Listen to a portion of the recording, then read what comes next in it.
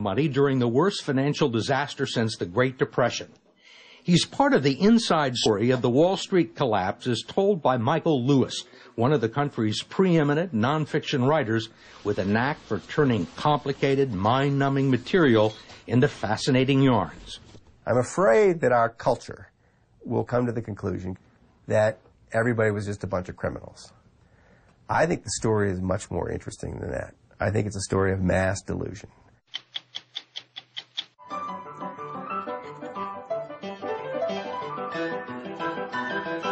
When Derek Paravicini is playing the piano, it's hard to believe there's anything he can't do. And yet, when you meet him away from the keyboard, the contrast is shocking. Can you hold up 3 fingers for me? I can do that. Can you hold up 3? I don't know how to do it. Derek is a musical savant, blessed with an island of extreme talent in a sea of profound disability.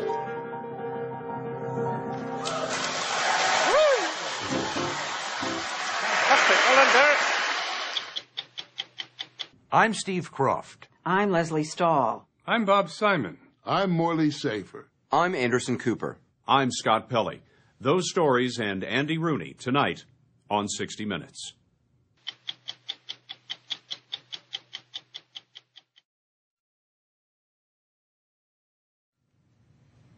If you had to pick someone to write the autopsy report on the Wall Street financial collapse 18 months ago, you couldn't do any better than Michael Lewis. He is one of the country's preeminent nonfiction writers with a knack for turning complicated, mind-numbing material into fascinating yarns. He wrote his first bestseller, Liar's Poker, about his experiences as a young Wall Street bond trader when he was still in his 20s, and he has since followed up with 7 more bestsellers on subjects ranging from Silicon Valley and the New Thing to big-time sports in Moneyball and The Blind Side. His new book, called The Big Short, Inside the Doomsday Machine, comes out later this week, and it explains how some of Wall Street's finest minds managed to destroy $1.75 trillion of wealth in the subprime mortgage markets. We spent 2 days debriefing him at his home in California. This was an episode where capitalism was almost destroyed just by the capitalists. And in the most sensational way, they were sort of destroyed by their own folly. What happened? The incentives for people on Wall Street got so screwed up that the people who worked there became blinded to their own long-term interests, and because their short-term interests were so overpowering. And so they behaved in ways that were antithetical to their own long-term interests. Michael Lewis, a one-time wonder boy on Wall Street, is about to turn 50 now, ensconced in this hillside compound in Berkeley, California, which has a main house and 3 cottages. And he is much happier writing about business than actually conducting it. What was the book that bought this place? This would have been the New Thing that bought this place. How many books have you sold now? Some millions. I don't know how many millions. Not John Grisham millions, but millions. He lives here with his wife, former MTV News correspondent Tabitha Soren, and their 3 children, a 3-year-old son and 2 young daughters who he takes to all of Cal Berkeley's women's basketball games. It's one of the few breaks that Lewis allowed himself over the past 18 months as he dug into the idiocy and negligence that produced the worst financial crisis since the Great Depression.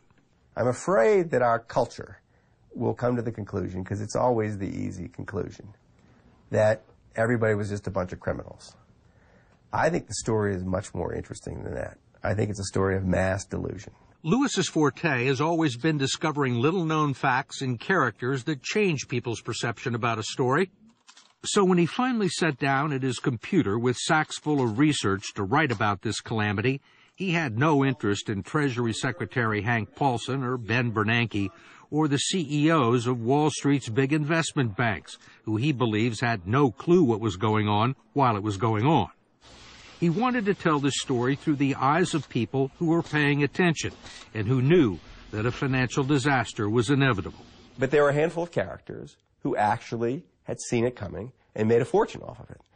And there were so few of them And there were so many people who had been on the other side that I thought that I kind of wondered who they were and why they got themselves into that position. What they saw. What they saw. Almost more how they saw. How many people were there, do you think, in the world that understood what was going on? Between 10 and 20 investors at most. And this is from a universe of tens of thousands of people who could have conceivably made that bet. The first one to see that something was seriously amiss in the burgeoning subprime mortgage market was Dr. Michael Berry, a California physician with only one good eye. He lost the other one to cancer as a child and also suffers from Asperger's syndrome, a condition related to autism that often produces an aversion to social contact. Uncomfortable dealing with patients, Berry quit medicine and started a hedge fund in Cupertino, spending most of his time in a darkened office glued to his computer screen. Beginning in 2003, he turned to something that no one else in America was doing, reading and analyzing the pools of risky subprime mortgage loans that Wall Street had been buying up and bundling into highly profitable mortgage-backed securities, which they were selling to investors around the world. I called up the prospectuses and I read the prospectuses and I looked at these pools. I could see the credit standards within these pools deteriorating just quarter to quarter. How could you tell that? There was essentially crappier mortgages being put into these pools, and it didn't seem investors seemed to care, and it didn't seem the ratings agencies seemed to care. Do you think many people read these prospectuses? I think the lawyers that put them together, to an extent, maybe. Do you think the executives at the big Wall Street firms who were issuing these bonds had read them? Or understood them? I don't think they read them, no. I think that there were probably junior analysts that were given the task of reviewing these documents. However, I think that this was a profit center. It was a profit center. It was something the organization wanted to do. In effect, Lewis writes, Michael Berry was doing the first real analysis of the creditworthiness of the subprime borrowers and the structure of the complicated Wall Street mortgage securities, the kind of work that was supposed to have been done by bond rating agencies like Standard & Poor's and Moody's so that investors could accurately judge their risk. What you were doing sounds to me like the job that the rating agencies